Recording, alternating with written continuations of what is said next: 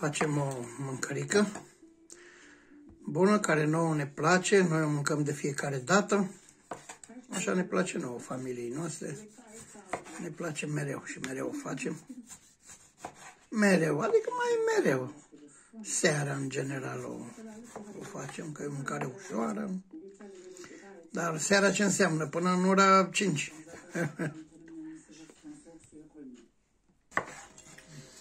Mai avem aici 2 roșii, puțin ardei, 4 cepe, că e roșii, că e vezi, 2-3 ouă, 4 ouă, 2-3-4 ouă și cașcaval, 200 de grame. Și asta este foarte ușor. Și bineînțeles și nelipsitul mărar.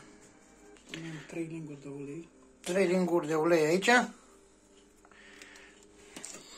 Tăiem ceapa mărunt.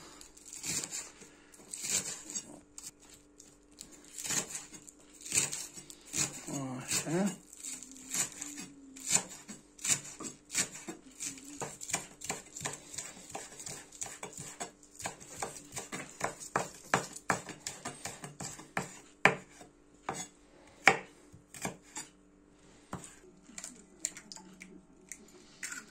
Punem ouăle acum. Punem ouăle, toate 4. Le batem. Bine.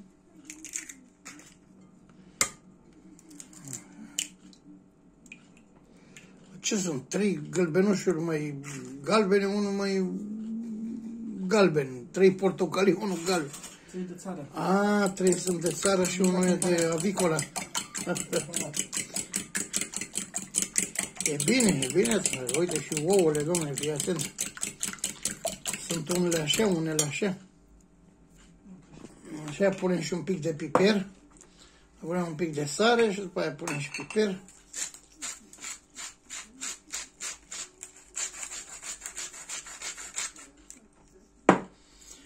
Punem și un pic de piper.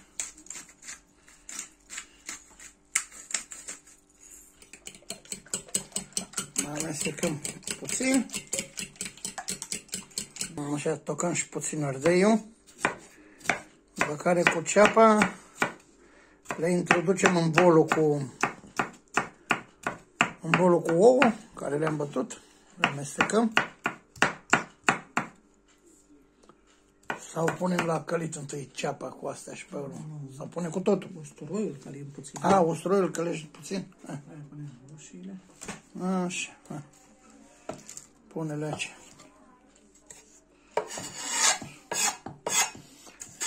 Gata. Așa, amestecă-le inițial.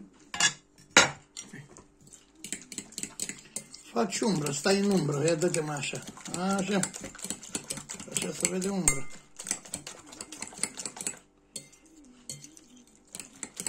Uite ce culori frumoase are. Punem 100 de ml de lapte. Hop, gata. Așa că trebuie și lăptic de pus. Așa, să punem și brânza. Nu toată, dar să pune din ea. 100 de grame de brânză. 100 de grame, ai pus 200. N-are nimic. Ce să mai găsesc? E mai bună, mai e. Așa. Mai concentrat. Pune acolo, spui mărarul. Doamne, ce frumos miros. Ce frumos miros mărarul. Pune mărarul, așa. Mărarul e vedeta.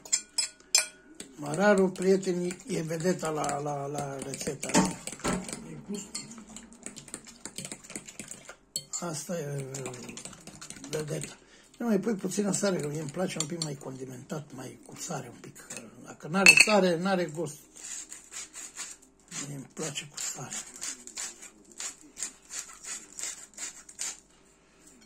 Așa. Bun.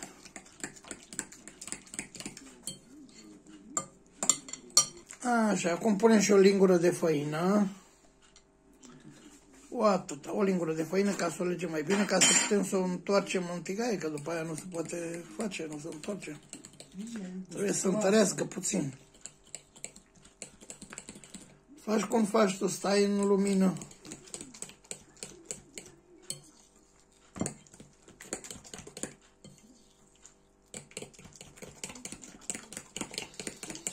Gata, e bine așa, uite. S-a amestecat perfect. Așa, între timp am pus și puțin unt, ulei și punem și puțin unt, ca așa se pune, ca să nu prindă și să dă un gust mai altfel. Așa plece.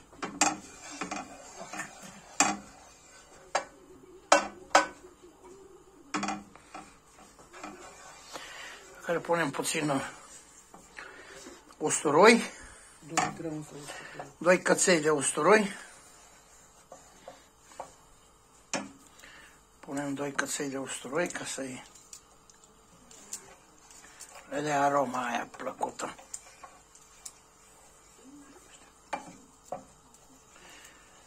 Foarte bun.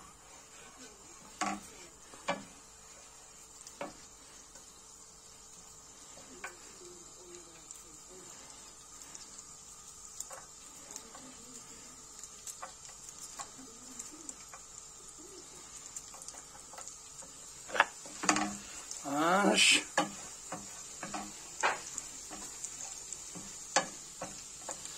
Mamă, ce frumos miros usturoiul. Mor. Mor, ce frumos miros. Acum punem roșiile. Pe fund punem roșiile tăiate.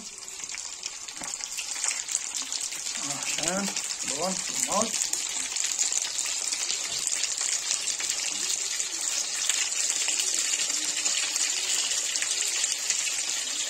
Bun. Așa. Asta trecem așa. Le lăsăm puțin să se facă. Dăm focul mic. Încet.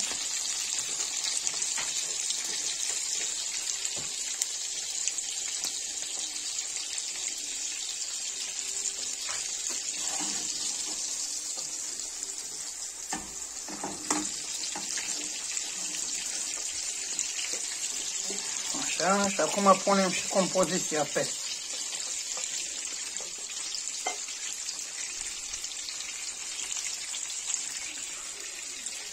Acum punem și compoziția peste. Așa, punem toată compoziția.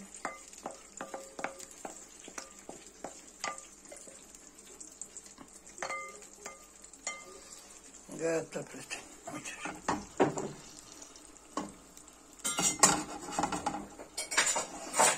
Și acum mai dăm focul mai tare, un pic, un minut, după care îl dăm iar mic și îi punem capacul.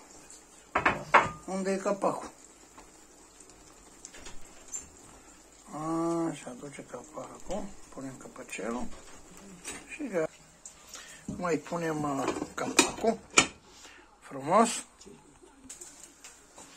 Gata, prieteni, uite ce a crescut și ce frumos a făcut.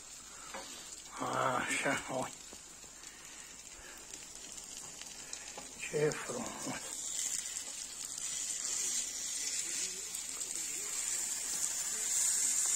Frumos. Gata, bun.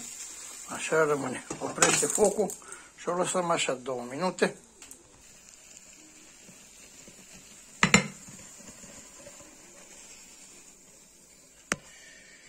Așa, gata.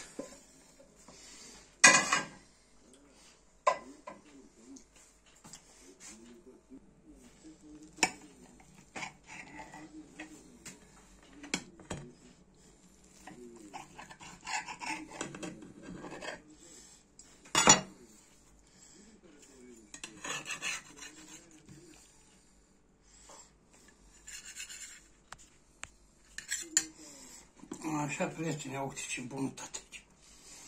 Filmești aici.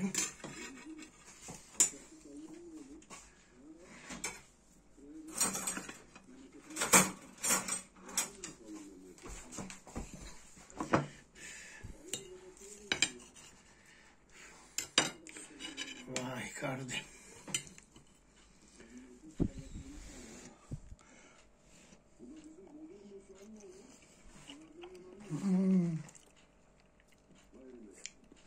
Mamă, cât e de bun. Cam de obicei, cam întotdeauna. Cea mai bună. Ia uitați, prieteni.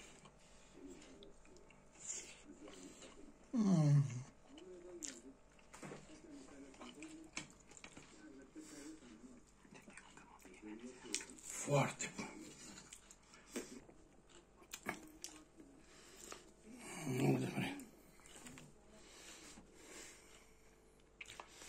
Foarte bună, foarte bună. Încercați-o, încercați și nu o să regretați, o să vedeți cât de bună este. Cât de bună este. Noi ce să zicem, încheiem acest video. Până la proxima, vă salut. Tot respectul pentru urmărire și dacă vreți dați un like, o abonare, ce vreți voi, cum vreți voi. Rămâne să ne revedem pe data viitoare. Ceau, v-am pupat!